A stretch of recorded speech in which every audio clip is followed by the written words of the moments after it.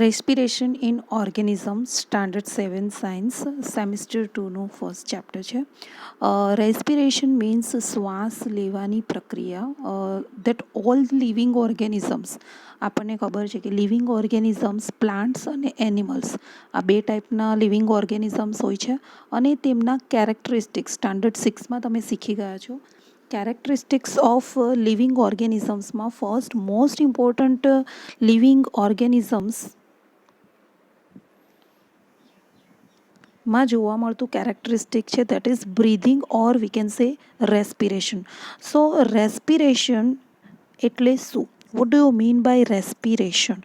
V need food as well as we need to do respiration. આપણને ખાવાની કે ખોરાકની પણ જરૂર પડે છે બોડી માટે, અને એવી જ રીતે આપણને શ્વાસ લેવાની પણ જરૂર પડે છે. So what exactly breathing or vote exactly respiration?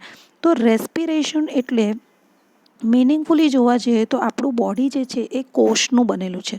કોષ એટલે કે સેલ.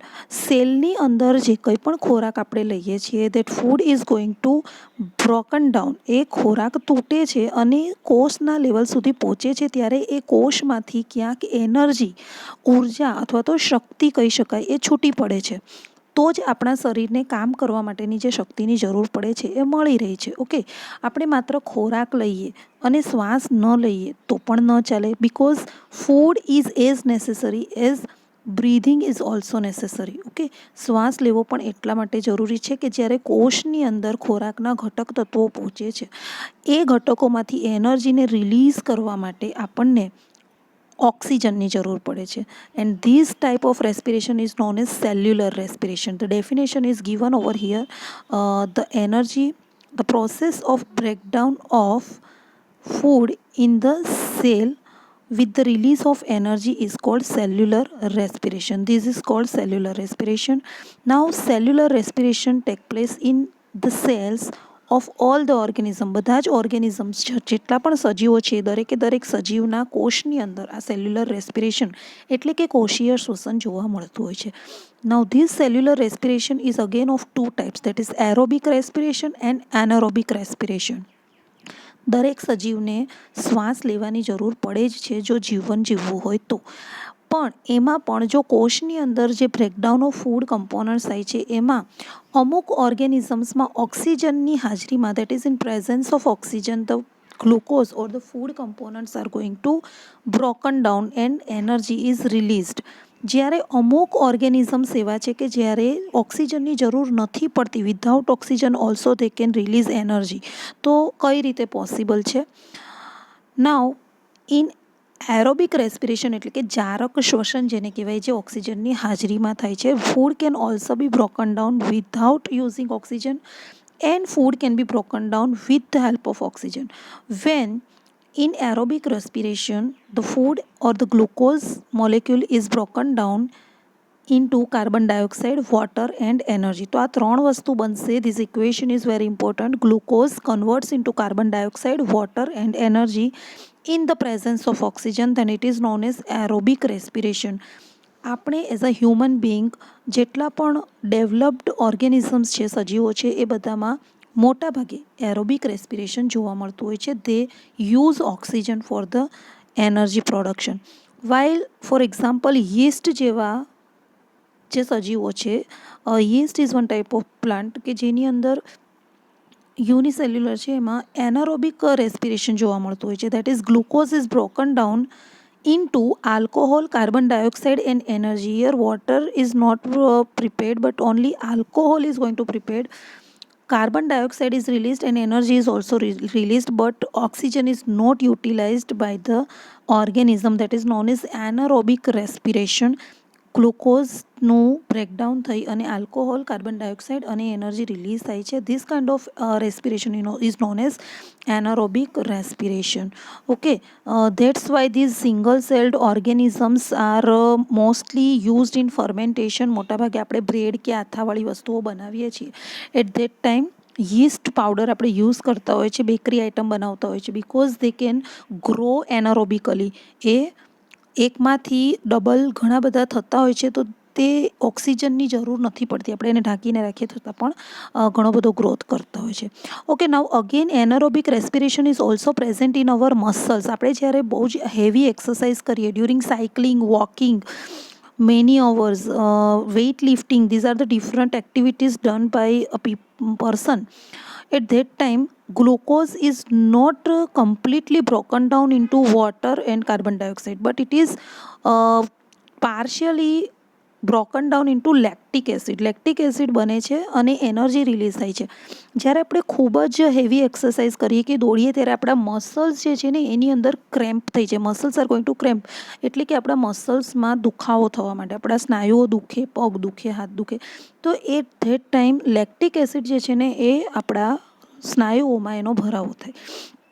એ સ્નાયુઓમાં લેક્ટિક એસિડ ભરાય એટલે લેક્ટિક એસિડ એક પેઇન ઊભું કરે, આપણને દુખાવો કરે.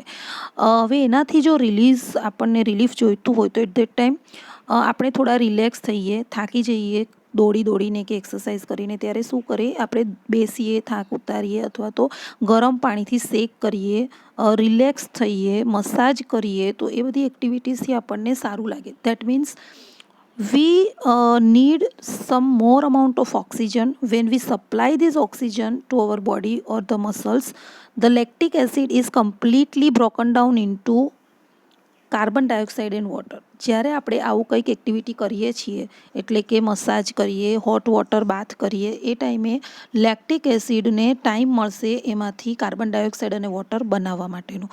Okay, so this is the reason way our muscles are going to use the oxygen and broken down the lactic acid.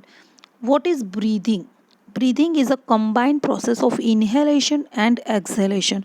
So what is inhalation? Inhalation means to inhale oxygen rich air by our nose, and exhale, that is to expel or out of the body, હવા આપણે બહાર કાઢીએ છીએ, that is rich in carbon dioxide. ઓક્સિજનવાળી હવા લેવી અને carbon ડાયોક્સાઇડવાળી હવા બહાર કાઢવી, આ પ્રકારની જે પ્રોસેસ આપણા બોડીમાં થતી હોય છે by means of our nose, see here, is known as breathing. Now what is breathing rate? એક જ મિનિટની અંદર આપણે કેટલી વાર ઇન્હેલ એન્ડ એક્ઝેલની પ્રોસેસ કરીએ છીએ, that is called breathing rate. The number of times a person breathes in a minute is termed as breathing rate. Normally we have breathing rate of about 15 to 18 whenever we are at the rest position. જ્યારે આરામદાયક સ્થિતિમાં હોઈએ ત્યારે આપણે 15થી 18 વાર એક મિનિટની અંદર આપણે બ્રીધિંગ કરતા હોઈએ છીએ. જો આપણે કોઈ હેવી એક્સરસાઇઝ કરીએ છીએ at that time the breathing rate goes up to 25 times more. Okay, here some activities are given. In different activities the breathing rate is going to different. Now how do we breathe? Our breathing organs, or we can say respiratory organs, includes nose, nostrils, nasal cavity, lungs, and finally the diaphragm is also one part of this system. Now in nasal cavity, nostrils are the two holes, આપણા નાકના જે બે છિદ્રો છે, that is called nostrils. એની અંદરનો જે passage છે, ખાલી જગ્યા, that is called nasal cavity.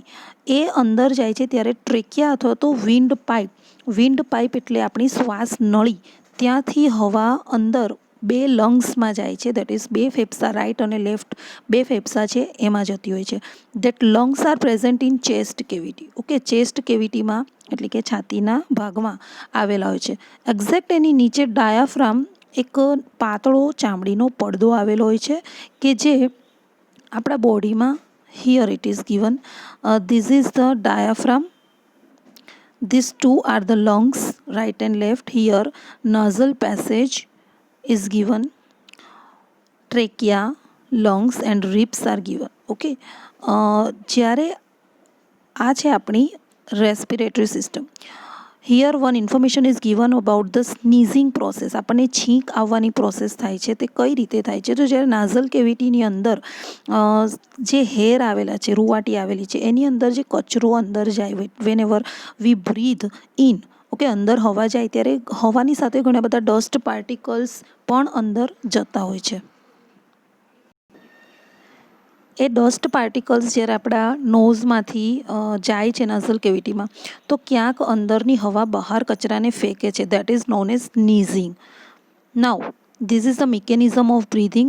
Breathing mechanism simply movement of ribs, lungs અને ડાયાફ્રામ. આ ત્રણની જે મૂવમેન્ટ છે, for example when we inhale the air is drawn in, અંદર હવા જાય, at that time the ribs move out, આપણી છાતીનો ભાગ ઊંચો આવે છે. And the diaphragm moves down, diaphragm જે નીચે ચામડીનો પાતળો પડદો આવેલો હોય છે એ નીચેની તરફ ખસે છે. Same way exhalation, during exhalation જ્યારે હવા બહાર ફેંકીએ, at that time air forced out, હવા બહાર જશે, રિબ્સ મૂવ બેક, રિબ્સ પાછી નીચે જશે એટલે કે આપણે રિલેક્સ થઈશું, અને ડાયાફ્રામ મૂવ્સ બેક, ડાયાફ્રામ એ ઉપરની તરફ જતો હોય છે. Okay, this is the mechanism. By means of this model, પ્લાસ્ટિકની બોટલમાંથી આપણે એક એવું મોડેલ બનાવી શકીએ છીએ, that I have already shown in the class. કઈ રીતે આપણે આ મોડેલને વર્ક કરવાનું છે. પ્લાસ્ટિકની બોટલમાં બલૂન્સ દ્વારા આપણે ફેફસા અને ડાયાફ્રામ બંનેનું બનાવી શકીએ છીએ. નાઉ એક્ઝેલેશનમાં આપણે કાર્બન ડાયોક્સાઇડ બહાર કાઢીએ છીએ. હાઉ કેન વી નો? તો લાઇમ વોટર, ધેટ ઇઝ ચૂનાનું પાણી જે હોય છે, એ ચૂનાના પાણીમાં તમે સ્ટ્રોથી ફૂંક મારો, when you blow the air into the solution of lime water, the colour of the lime water turns into milky, થોડો વ્હાઇટિશ કલર થઈ જશે, because carbon dioxide when we exhale into the lime water will react with carbon dioxide and it will make calcium carbonate, so it will be in milky color, whitish color નો બનતો હોય છે. The last topic is breathing in other animals. Different animals are given over here, that is cockroach, earthworm, frog and fish. These are the different animals. And plants, in plants also breathing is done independently. So first is breathing in cockroach. Cockroach is one type of insect. એના આ ટાઈપના ઇન્સેક્ટની અંદર મોટા ભાગે જ્યારે આપણે એને ઊંધો કરીએ ને, when we turn the cockroach, એના બેક સાઈડ ઉપર સ્પાયરેકલ્સ આવેલા હોય છે. ધી સ્પાયરેકલ્સ આર સિમ્પલ હોલ, એક નાનું છિદ્ર આવેલું હોય, કાણું હોય, જેમાંથી હવા જે છે ડાયરેક્ટલી, જે રીતે આપણા નોસ્ટ્રિલ્સમાંથી એર અંદર આપણે લઈએ છીએ, એટ ધેટ ટાઈમ સ્પાયરેકલ્સમાંથી એર મૂવ્સ થશે એના બોડીની અંદર. આખા બોડીની અંદર ટ્રેકિયલ ટ્યુબ્સ આવેલી હોય, એટલે કે શ્વાસ નલિકાઓ આવેલી હોય છે, પોલાણવાળી નલિકાઓ આખા બોડીની અંદર ફેલાયેલી હોય છે. આ નળીઓ દરેકે દરેક કોષ સુધી પહોંચે છે. They are going to reach up to the each cell. Okay, દરેક સેલની અંદર આ ઓક્સિજન રીચ એર પહોંચાડે છે tracheal tubes. Now from the tissue or the cell, the carbon dioxide is again goes to the tracheal tube. tracheal ટ્યુબમાં ફરીથી carbon dioxide જશે અને એમાંથી ફરીથી સ્પાયરેકલ્સ બાજુ રિવર્સ પ્રોસેસ થશે અને સ્પાયરેકલમાંથી હવા બહાર નીકળી જશે.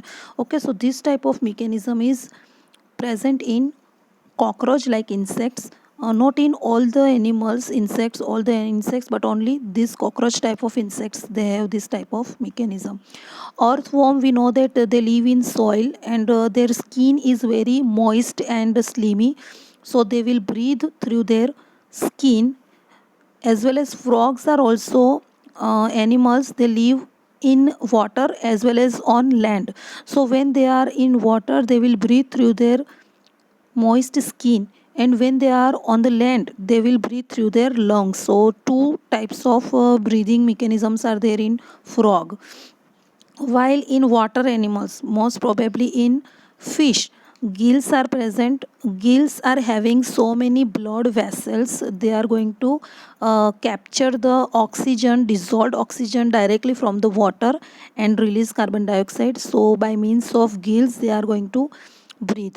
In plants, independently, all the parts of the plant, for example roots, stems as well as leaves, these are the parts of plants, they will breathe independently. In leaves, we know stomata are there for exchange of gases. In root, here roots are also absorbing air from soil particles. જમીનની અંદર રહેલી જે જગ્યા છે એમાંથી હવા એ લઈ લેતું હોય છે. This type of mechanism is present in plants. So here we can see all the organisms are breathing and respire aerobically, anaerobically. as well as all the other animals have different mechanisms for breathing. Thank you.